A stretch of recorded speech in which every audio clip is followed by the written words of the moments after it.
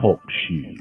Recorded live. Good morning, good afternoon, or good evening, wherever you may be across the nation or around the world. Once again, you're listening to the VMware Communities Roundtable Podcast. This is podcast number 667. My name is Eric Nelson, and with me today, I have no co-host. Today is Wednesday, November 1st, 2023. Welcome to November. On the show today, we're going to be talking to Eric Horschman, who has been at VMware for, I think, the longest time I know, something like 20 plus years. We'll get with Eric in a minute, but before we do that, let's talk about the news and what's actually happening in our world. So guess what? We are still VMware. There was a lot of chatter out there that we would be Broadcom as of October 30th, but that has not happened yet. And we are just in day by day waiting to see when or if this deal comes through. So we're having fun getting to experience that. And that's the elephant in the room as we continue to march forward with that. I'm sure sooner or later this deal will happen or it won't. One of the two. We have no idea, but we're looking forward to it one way or the other. Coming up next week, obviously, is Explore Europe in Barcelona. Excited to be there, get to see everybody in the community. We got the VMware Code Theater. We got the Code Labs. We got the Code Hackathon. We got the V Brown Bag Theater with a bunch of community sessions, 50 plus community sessions, 50 plus code sessions, and then the labs all day, every day, repeating ChatGPT API. That's going to be fun to learn how to set up your license keys to use the ChatGPT API in your own code. There is a PowerShell plugin that you can use so that ChatGPT will be smart about writing PowerShell scripts for you. So kind of a fun place to be next week. If you get a chance, go buy a ticket, show up. I think they might have day passes. Don't know. Go look that up. But we're going to be there full in force, spent all our budget to be there. So looking forward to being there next week. That's November 6th through the 9th in Barcelona. Make sure you get there. As far as any other news, I know Corey's got Call for vExperts out. So, go get on the vExpert portal, vexpert.vmware.com. Go in, you can keep your resume up to date by just entering things that you're working on as a community evangelist throughout the 6-month period. And then if you do that in real time, it kind of acts as your diary of things you've accomplished. And then all you do is hit submit and your app is in. So we've got that feature in the vExpert portal now where you can do real-time app development, which actually acts as kind of like a resume of things that you've been working on. Then you just submit, and it's much easier to get your nominations in. That's happening. I think those freeze sometime in December, so make sure you're getting your vExpert app in. And I think that's what we've got for a summary of things that are happening. So let's get to our guest who's been patient here, Eric Horschman. Eric's been here forever. He was here when I was here. I think he ran the performance group. So Eric, we always say, welcome to the community podcast.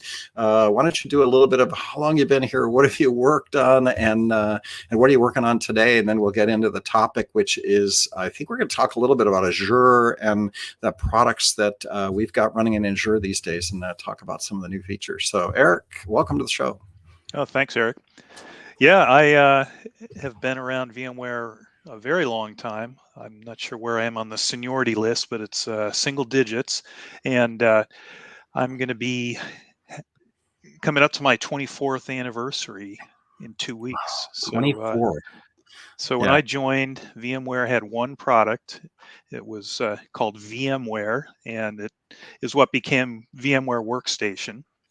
Nice. And I was a utility marketing guy back then. We had a small marketing team, product marketing team, and we all kind of pitched in on whatever needed to be done and worked on the first few VMware Workstation releases. We had and still do have a Windows and a Linux version of VMware Workstation, and went through bunch of releases of that, and those were fun days because we would go So I got to ask you, were you part of the Mendel group that came out of Stanford? There was like a team of people that he recruited. Like I know there were some original people that then worked across the street at Town and Country in an office upstairs there, but then I don't know where they ended up going after that. No, I was in no way a part of the university level clique. programmer. Yeah. I was a product marketing guy and product manager at VMware. They didn't let me check in any code, fortunately. So Do you remember what first office you ended up with when you came yeah, over? when I joined, we were in the Porter Porter. Okay. Drive location at the corner of Porter and Page Mill Boulevard. And it started out with a portion of that building, and there were some other .com startups in that building. And as the .com bubble popped and those startups disappeared, we took over more and more space until we had the whole building, and continued growing from there, moving into additional space in that neighborhood. When I started at VMware, same kind of thing, 2006/7, I forget when that, like, they were in Porter in my office. When I came in, I came from Sun Microsystems, and I was a director there. And so I had a nice office, but Sun was folding up and I didn't want to be there anymore. And I want to get into Windows. I wanted to spend more time with Windows products. And, I was on that dark side of Solaris and Unix for so long, but I had started my career at IBM and Windows and DOS and all that. So I want to get back in there. And I came in, and my manager at the time said, "Oh, here's your desk," and it was in a hallway in Porter somewhere, right? Like, it was just like, "This is it. This is where you get to sit. You get a desk." And I'm like, "Oh, I think I made a huge mistake here."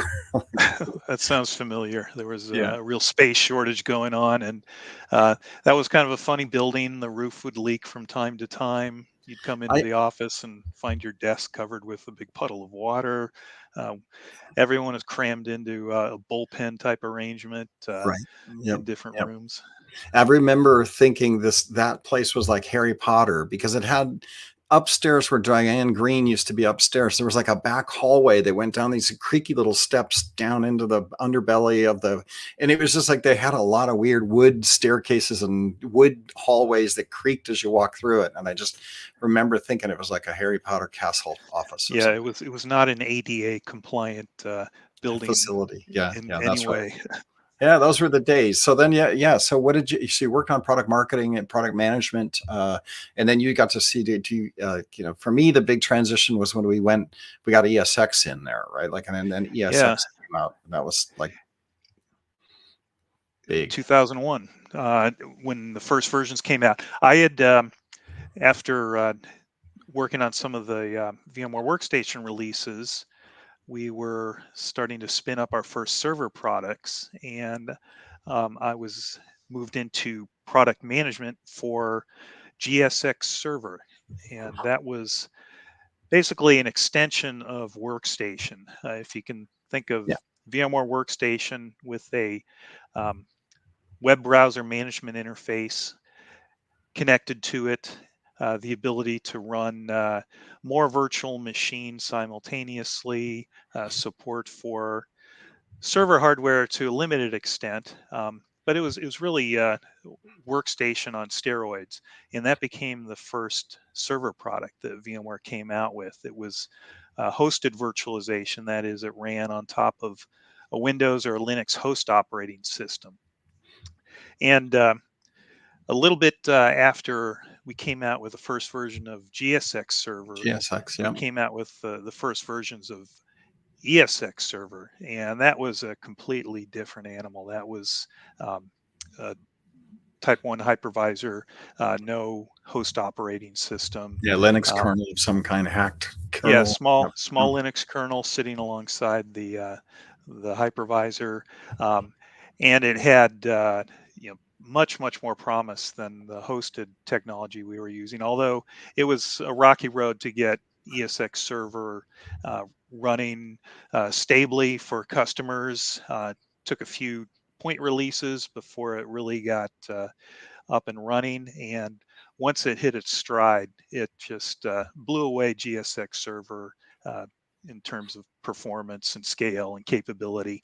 So GSX Server served a great function for a couple of years as our first server product and got us into the server market. And then ESX Server caught up and passed it and never looked back.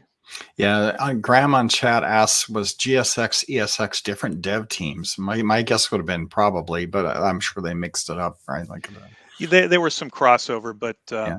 yeah, there was a different team working on the um, uh, Then if I ESX product. remember right, then what really kickstarted ESX was the fact that EMC with storage came in and then verified that storage was a blessed thing with ESX, and one of the reasons they bought us or something like that, and then that legitimized the whole platform, right? Because EMC was owned storage at the time, and so them coming in and certifying this hypervisor architecture to all their customers was a big deal. Right. Yeah, and storage was one of the more challenging aspects of ESX Server because we couldn't rely on a host operating system to provide the hardware support and the drivers for us. We had to be doing the drivers ourselves. They would reside in the service console, that small Linux OS that sat alongside um, the ESX hypervisor. That's before we came out with ESXi, which got rid of the service console. But yeah, it took time to get the storage support working and supporting a sufficient ecosystem of storage products for ESX Server to really get going. Yeah, those were that's when I came in right around then when EMC owned us. And that was the big kick, right? Was that it became enterprise ready with enterprise storage. EMC did that. Then the other storage people had to get on board because they were going to lose if they didn't. Right? So yeah. And it took a while for the server and the storage companies to kind of lose some of their wariness about ESX server and server virtualization. They initially saw it as being a threat to their business because instead of selling 10 servers, they were going to sell one server and it was going to be running 10 virtual machines. But what ended up happening is instead of buying 10 low-end servers, customers bought I a remember that. couple really high-end, completely tricked out, loaded Yep. servers at much higher profit margin for the hardware vendors. I feel like it rescued HP. IBM and Dell was good because they had good 1U servers, but the HP and these other guys were like getting eaten by the 1U clone makers, right, in out of China and things like that. And all of a sudden, people were afraid of VMware. Then they realized, wait, we can make monster margin. It's like selling semi trucks versus like they could sell high end, big, heavy gear, right, and have the margins were fantastic. And then, yeah. They were happy because the margins were better than losing the 1U. So the 20-to-1 server consolidation ratio just didn't really matter that much because you could sell big iron and the margins were just that much better. Yeah, and then compute need adjusted, that 20-to-1, that's just like Moore's law that just, had to catch up from a year or two, but then, need stripped out capacity. So away we went. Right. Yeah. Yeah.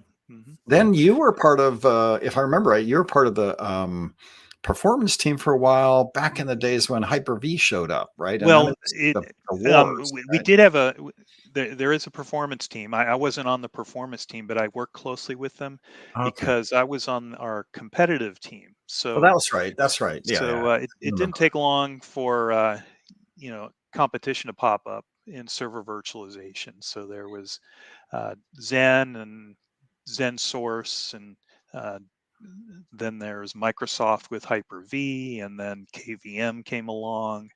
So there were some pretty vicious hypervisor wars going on for quite a while, with VMware trying to defend its turf against some of the newer entrants. And we put together a competitive marketing team to provide VMware partners and our own sellers with comparisons between our products and those from the other guys. And one of the areas that we did a lot of comparisons on was in the area of performance and scalability. So on our competitive team, I work closely with our performance team that was doing some of the lab testing to do those comparisons.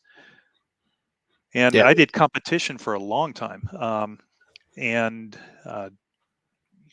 for many years, my number one opponent in the virtualization market was Microsoft with Hyper-V, and they were very aggressively competing with VMware, and we were defending our turf, trying to show customers where we had the advantages of our architecture first of all, which didn't have a host operating system or Windows sitting in there between the virtualization layer and the server hardware. Um, but things are completely flipped around now. Microsoft is my best buddies. I work closely with Microsoft on the Azure VMware Solution product now, Yeah, I which feel like the new CEO there, what's his, I never remember his name, but Satya Nadella. yeah, that he kind of got it. Like before then, everybody was in competitive mode. Microsoft was their own OS, their own everything. They had to win, or that was it, right? Like there was always everybody else was bad, and they were good. And then when he took over, all of a sudden they embraced Linux, right? They embraced other vendors, they embraced the cloud. They saw, he was able to say, hey, look. We're going to have to up level and be a bigger business. Kind of like what IBM, when they came out of the mainframe, they had to kind of decide they were going to be in the compute business, not the IBM 360 mainframe VM OS business. And then once Microsoft did that, then they got into cloud. They started, caring about their customers and what their customers were running versus their own technology. I feel like Sun Microsystem never did that. And so they went out of business, where I see Microsoft turning that corner, where all of a sudden, they were much more concerned about what the customer wanted, not their own technology at every moment. I'm sure they still do, but yeah, that was interesting. Yep, that's a story that's been repeated over and over again in the IT industry. Not Yeah. invented here syndrome is Yeah. really I part gotta of a say lot of that's companies. watching the difference between VMware and Sun was VMware is good at reinventing themselves, right? Or adjusting what the customer wants and looking at where the industry is going, and then acquiring, building, doing whatever they need to offer solutions to customers for their problems. And that there just doesn't seem to be a sacred cow here. It's just like, what do we do? What are we doing? How are we doing it? And that gets us to, Azure and our solutions on Azure, which we talk a little bit about, like, Microsoft got into the cloud business. They shift all their workloads. Now you can't even get an operating system without it trying to tie itself back to my cloud account, right? So definitely a different transition now. Yeah, and Microsoft has embraced VMware as part of their cloud strategy. So one of the areas that I work on that we're closely partnered with Microsoft on is helping customers that want to continue using VMware as their infrastructure platform, but they want the advantages of the cloud operating model in a large global scale cloud like Azure. And that's why we work together with Microsoft putting together Azure VMware Solution, which is what I'm doing now at VMware. Yeah, so why don't you take us quick through that? Because I know we spent a little time here on Old Home Week, which is we've been doing that for the last month and a half as we've turned into Broadcom. So let's talk about the solutions that we have there. Just give us a summary of that. Most people that listen to this probably know about it, but it's more than just desktop. It's more than just virtualization. It's VCF on Azure. I would assume that's generally how we approach it. Yeah, it's vSphere, NSX, and vSAN running on bare metal servers in Azure data centers. So there's no nested virtualization going on. We're not trying to run the VMware software stack on top of an Azure virtual machine instance. It's all bare metal, dedicated servers that customers get when they subscribe to Azure VMware Solution. And it solves a lot of the really painful issues around cloud migration that has really uh, been a stumbling block for customers trying to move their VMware workloads into the cloud. When you can do it from VMware infrastructure on-prem to VMware infrastructure in the cloud, where everything's consistent, it's all running on vSphere, all managed through vCenter. It becomes a much easier process, to the point where with tools we have like HCX, which is our solution for mobility of workloads and networking from on-prem to the cloud, you can even live migrate virtual machines to a cloud like Azure with Azure VMware Solution. So they support NSX connectivity from my on-prem network to their network, and that all behaves, right? I gotta say that has to be the basis for allowing me to do live migration, right? That and storage connection, right? Like they must somehow magically get your bits from point A to point B. Also, that's probably a little more challenging. But and then compute capacity, I gotta just assume that vMotion is vMotion, right? Just manage to get a small amount of data over that defines the OS, and away you go, right? Not just a small amount, huge amounts. Customers are migrating thousands of virtual machines a week to Azure VMware Solution when they're under the gun to evacuate a data center because a lease expiration is coming up, or their CEO said, we're getting out of the data center business, we're going to move everything to the cloud. Azure VMware Solution is really one of the only ways that customers can get to the cloud on those aggressive schedules. They'd never be able to do it if they were replatforming all their VMware virtual machines to run on native Azure or AWS or Google Cloud instances. They'd definitely not be able to do it if they were going to go to the extent of refactoring everything to cloud native, to run them in containers or serverless architectures. We've got a lot of customers that are under intense schedule pressure for their cloud migrations. And the more they can leave their VMware virtual machines and the apps running in those VMs untouched, Yeah. the better. Yeah. And we let them do that. But, Right. it's not, it's not a lift and shift only type solution. One of the nice aspects of moving to a large cloud like Azure is once you get your workload in there, there are hundreds of services offered by those clouds, Azure, AWS, Google Cloud, that you can then connect to your workloads that you've migrated over. So you can extend your workloads and modernize them using the close proximity you now have to the native services that those clouds provide. Yeah, this makes sense. And you did do competitive, and there is obviously multi clouds now, like 5 or 6 different clouds out there, right? And clearly, Alibaba has a cloud, Google has a cloud, IBM has a cloud, and we've done this same strategy, similar for each of those cloud vendors, right? So this now becomes something where you're like, okay, if I'm an IT CIO, I would start going, well, I don't want to be just married to one. I want to have another one to play off on, right? So that I could balance workload amount going to Azure and one going to AWS, maybe another one to go to IBM, and let them compete for the business, right? Because if I have a common framework underneath it, they know I can migrate it. They know I can move it, relatively easy, right? Like there's not a lot of stickiness. So you keep as an IT, CIO, I would be like, yeah, this allows me to, because if I don't have a legitimate way to do that and I threaten to leave, they know it's just a threat, right? They're not going to give me a better deal if they know that. And I've got vendors, my Chorus platform, I threaten, I'm going to leave. I'm going to go to WordPress, free, messaging system, because they charge me $500,000 a year for the license, right? And it's like a ridiculous amount of money for like a form platform, but they know that I don't really have a lot of choice, and the cost to move is going to cost me $2 million just to move everything, right? And so, but if you have that ability, then being able to come in and say, no, I can literally go to IBM Cloud, it's VCF over there too. I think that's got to be a good competitive equalizer for a CIO.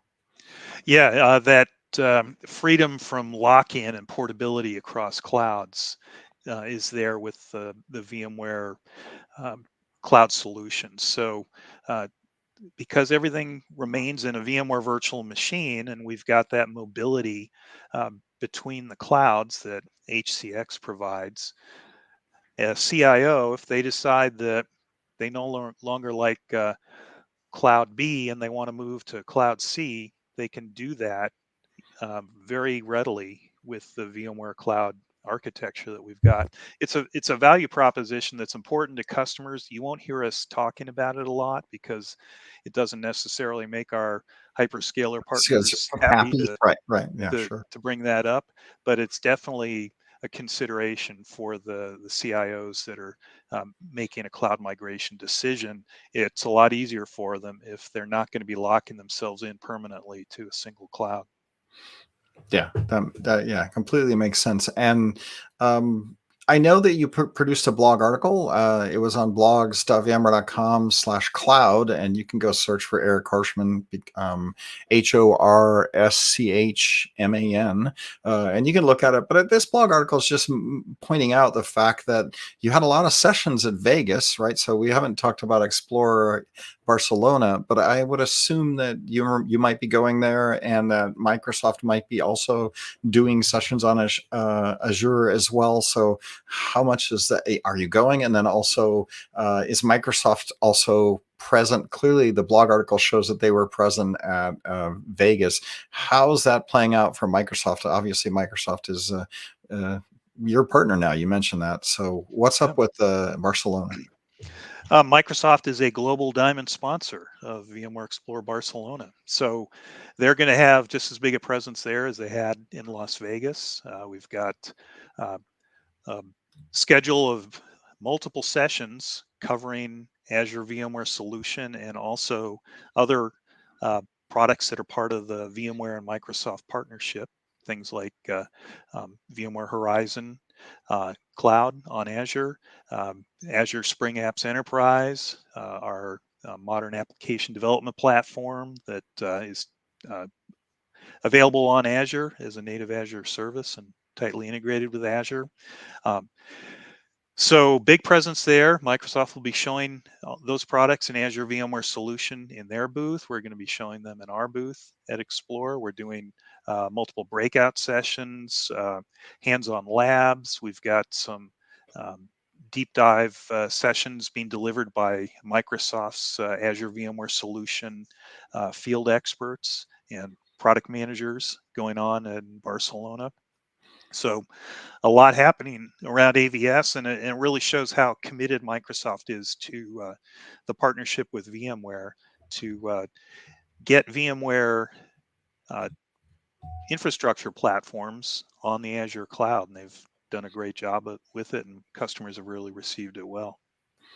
Yeah, it's just so interesting because I think of Microsoft as just the desktop workspace one competitor. I've lived in that space for so long. I just got to get my head around. No. They're like a true VCF cloud provider and a good provider, right? Like a rock solid provider. And then if you look at it, and then I look at AWS reInvent and all the things they have and the APIs and the programming interfaces they have, and then I go, oh, yeah, Microsoft has all that too, right?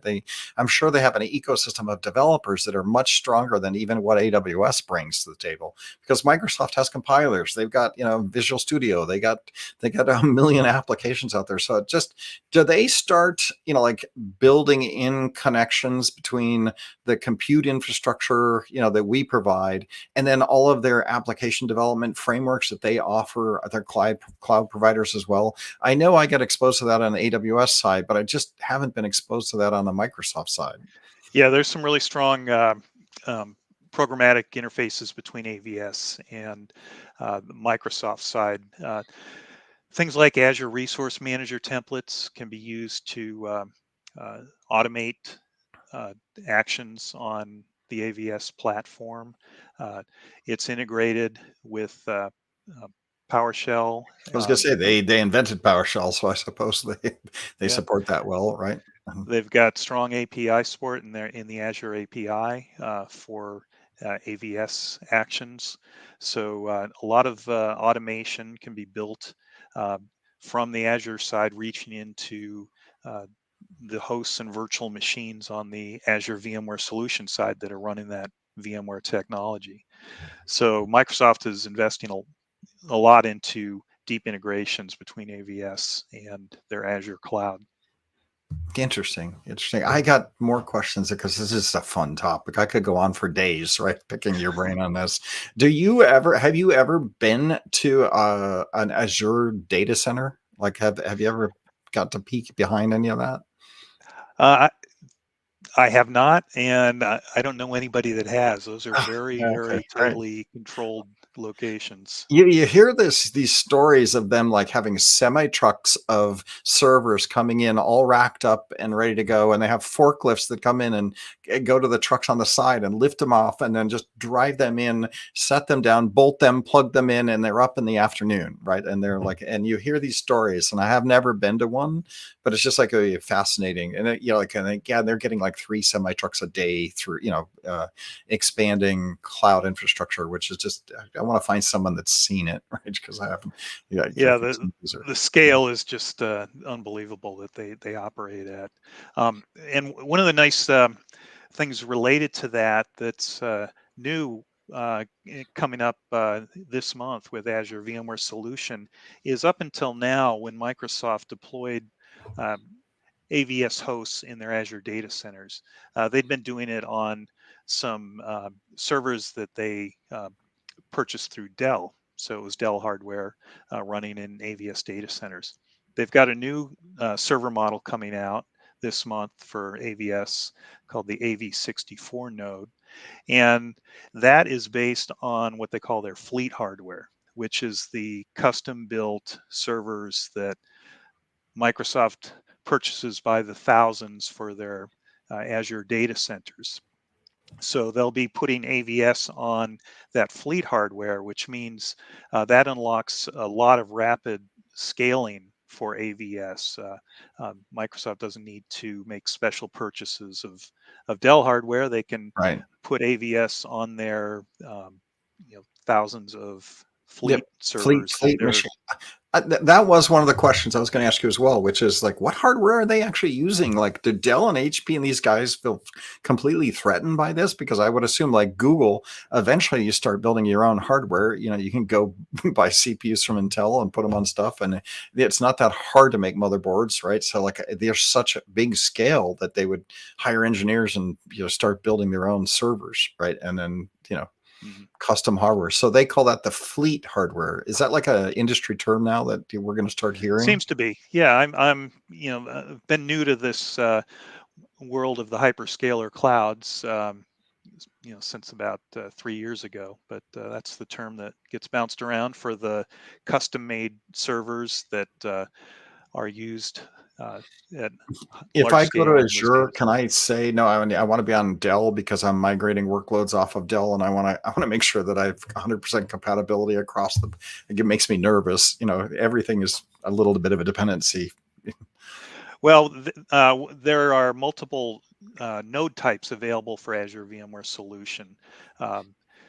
AV36, which is a 36 core Dell system, and AV36P, which is a newer generation of Intel processors, AV52, which provides more cores, and now AV64, that's the fleet hardware node type that's available. So yeah, you can choose which node you want to run on, and that'll probably be the situation for 1 or 2 more years, I imagine. What's the life cycle of the hardware refreshes up there? Do they every couple 3 years do they keep things for 5 years? Do they lock things down if I want to keep things running on a given platform? Do they give you the ability to say, don't change out my hardware until I tell you? Right. Well, one of the reasons that AVS is available in what we call reserved instances, where customers commit to a certain number of years or months to subscribe to their AVS nodes, and in exchange they get a discount. Microsoft is currently offering 3-year reserved instances, and they have a new 5-year reserved instance on certain node types. 5 years is as far as you're going to see them going, To because do. that Yeah. It's hard reaches to the keep end of the support lives. life for Yeah. the servers. Right. That makes sense. Okay, good. Got that. So you go 5, 3 on average, 5 if you want to push it, and away you go there. And then fleet hardware if you want to go, cheap, big scale discount, right? GPUs, I would be remiss if I didn't ask you about GPUs. Like I hear these horror stories of good luck getting GPU utilization, and if you get a VM allocated to you that's got a GPU on it, don't release it because you might not get it back. Any stories like that? We don't yet have an AVS node type that has GPU hardware included with it. However, there is a very well-known large language model running on Yeah, Azure nodes called sure. OpenAI that is available as an Azure service that you can connect to from AVS. It's a short hop away over the Azure VNet, and very low latency, and that can be used as a AI ML service Platform. for Yep. workloads running in AVS. Yeah, that's right. And they come to our VMware lab in Barcelona, and we'll show you how to get your keys set up so that you can get API access to that infrastructure, Mhm. right? Which is Mhm. what they have, right? And it's there, and you can do all kinds of stuff there. Yeah. So okay, let me see. Any new features or anything you want to shout at, call out to anybody that's listening to with regards to what's been out in the last half a year that excites you? You mentioned one, right? But I just don't know if there's anything else. Yeah, we had some news actually this week. So back in the spring, Microsoft made Azure VMware Solution available in their Azure government regions. Those are the Azure uh, data centers that are specifically built Mm, to service U.S. government and public sector customers. They good. follow a number of guidelines to make them acceptable in areas of compliance for federal government users. Uh, AVS was launched in Azure Government, like I said, in the spring. A lot of customers were waiting for us to get some important certifications, and one just came through this week. It's called FedRAMP High. It's sort of an umbrella collection of certifications that's needed by federal government users. And AVS is now approved as a service operating in compliance with FedRAMP High in Azure government regions. So that unlocks a lot of opportunities with federal government and public sector customers that are looking to migrate to the cloud, but need a cloud service like AVS now that's compliant with those important certifications like FedRAMP High. So that's a big item for us. It just came through this week. Yeah, that makes sense. Government long-term contract stuff, like that the stuff, the onboarding ramp of that is like years, and so but you have to have those certifications to even get in the game, right? So yeah, Yeah, and it's very common with government agencies to be under pressure to get out of their data centers, get into the cloud. They recognize that that's better suited to the type of budgeting that they do, and is a directive that's coming down from their administrations that they're under the gun to comply with, and AVS offers a great rapid path to the cloud for them. yeah. As much as I hate to say it, I can say that it's going there, right? Like the days of owning your own car that you can drive around are probably limited. There's things out here that are just going to move to scale, right? Like, and that's a move to scale kind of thing. When they're doing semi trucks of racked gear, it doesn't matter how cheap I want to try to do my own data center. I'm not going to make it. I'm not going to compete Yep. with. Just not going to do that. Now they're building their own servers, so Dell's not going to make their margin, right? If you, what's the term you just called it? The server type when they build their Fleet own hardware. fleet hardware. You're not Fleet. going to you're not going to be able to build competitive fleet hardware. They're going to be making, $100 profit on every machine that they put in there, right? And so this is just things that, especially when you're in big companies, right? It's going to be easy checkbox just to go that direction, right? And we saw that with AWS, right? So Microsoft's also there, and there's going to be a handful of competitors left. So you're a competitive guy. Who's going to be the handful of competitors left? Obviously, Azure, AWS. Anybody else in the hyperscale cloud business? Yeah. It's AWS got off to a big head start, but I think you're seeing the other hyperscalers closing the gap gradually with them. I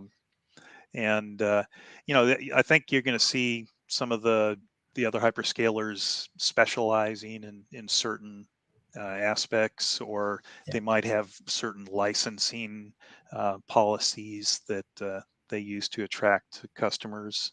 One of the big attractions for Azure is some advantageous licensing from Microsoft. They let customers bring their own Windows Server and SQL Server licenses into Azure if they're going to be migrating off of them in their on-prem environment.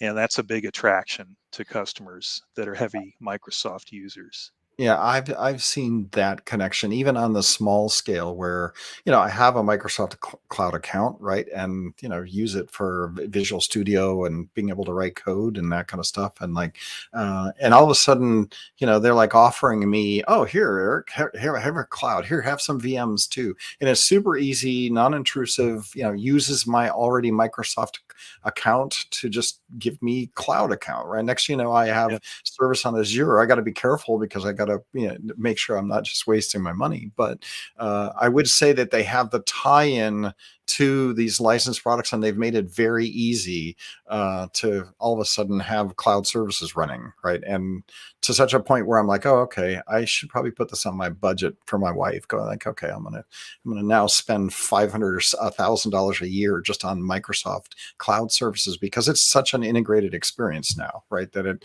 I probably wouldn't do it if it wasn't just so easy to do, right? So I'm sure as long as you trust them, and they've worked hard to earn that trust. I would say that they have worked hard. They are not the Microsoft that I used to dislike, right? Like now they're basically here, and it comes from my days where it was all about shelf space. Where if you were writing software, Microsoft, you couldn't make a living in writing software because Microsoft dominated avenues to reach customers, where now anybody can write apps, anybody can put them in the cloud. Microsoft is no longer the gateway, they're just the enabler now, right? Which is nice. Yeah. Better company. All right. So cool services. You're going to be at any sessions we need to call out for Barcelona? Yeah, I'm going to be joined by a couple experts from Microsoft in a session that we're calling Accelerate Your Migration to the Azure Cloud with Azure VMware Solution. We're going to go over what's changed in Azure VMware Solution in the last year, the new features and new capabilities that have been added to get people up to speed on where we're at with Azure VMware Solution. So I'm doing that with a couple of my counterparts from Microsoft.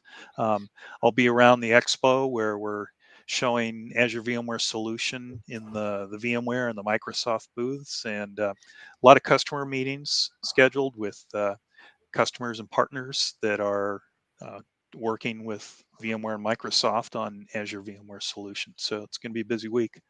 Microsoft is actually strong in Europe too, if I remember right. I feel like they just had a good presence there already with European customers. So pretty strong over there. Yep. Good uptake of Azure. Eric, are you on Twitter these days? Do you actually? I've never gotten into Twitter.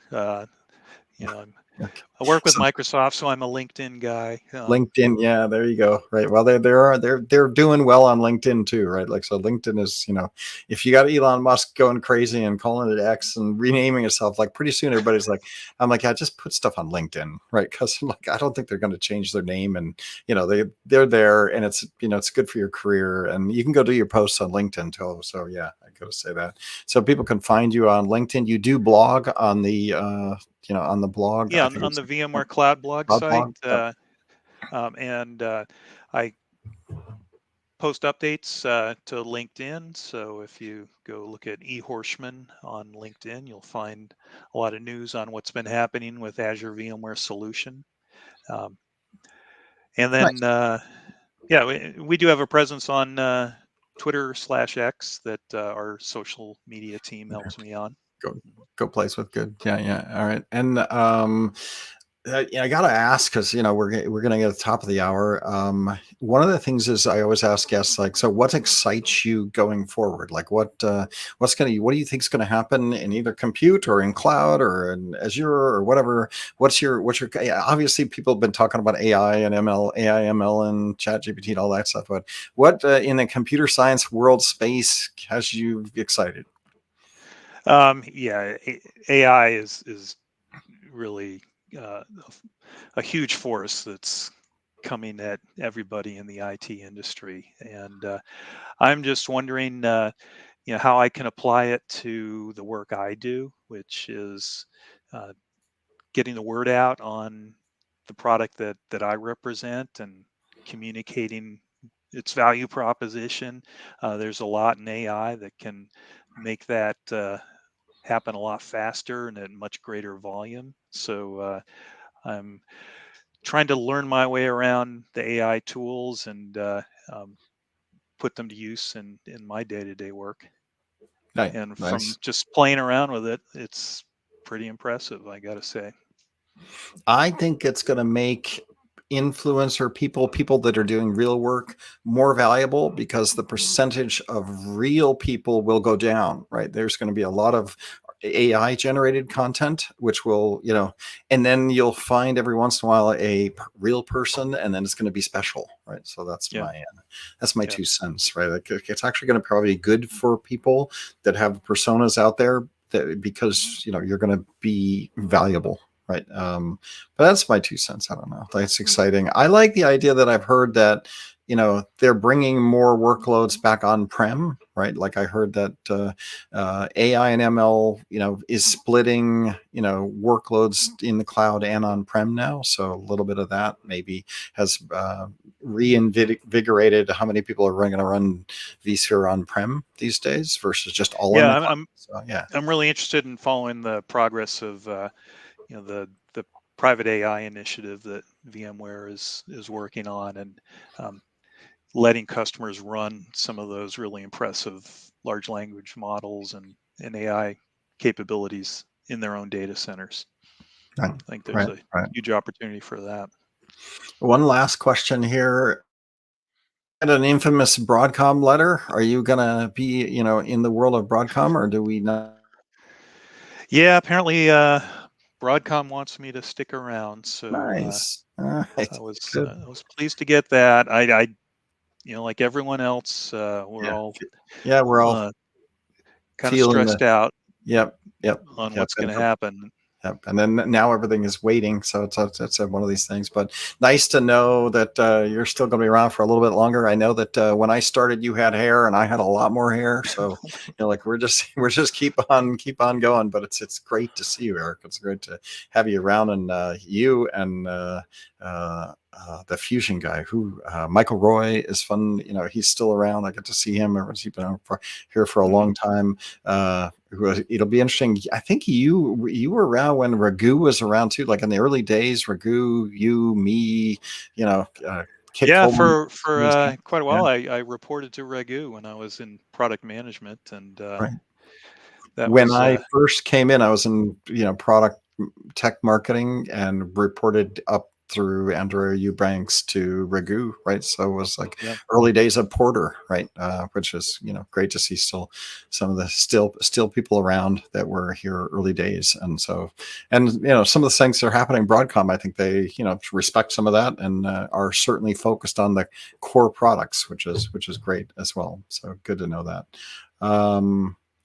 All right. With that, we do live stream on youtube.com/vbarbecue, VBARBECUE. If you want to see what Eric Horsham looks like, episode 667 is out on there. And Eric, as we come to the top of the hour, it's lunchtime in California. Where do you sit out of? Are you in California or are you somewhere else? And do you do any barbecue? I'm in normal times based out of the Palo Alto campus for VMware, and I'm not there right now, sitting in my home office. And barbecuing, right outside my window here that I'm looking out is a gas grill that gets a lot of use for our family Nice. when I'm cooking something. We have Matt Lungeth, who is, normally here with me, but I think he's getting ready to go to Europe, and so he's not here today. But he's a gas griller, right? And I do charcoal, and Corey Romero does smokers, right? So we got smoke of that. What's your favorite thing to put on the gas grill? Definitely thick steak. Thick steak, yeah. Can't go wrong with that. You can't screw it up. Tony Foster, I don't know if you're around on TalkShoe over there. Any kind of barbecue news from you?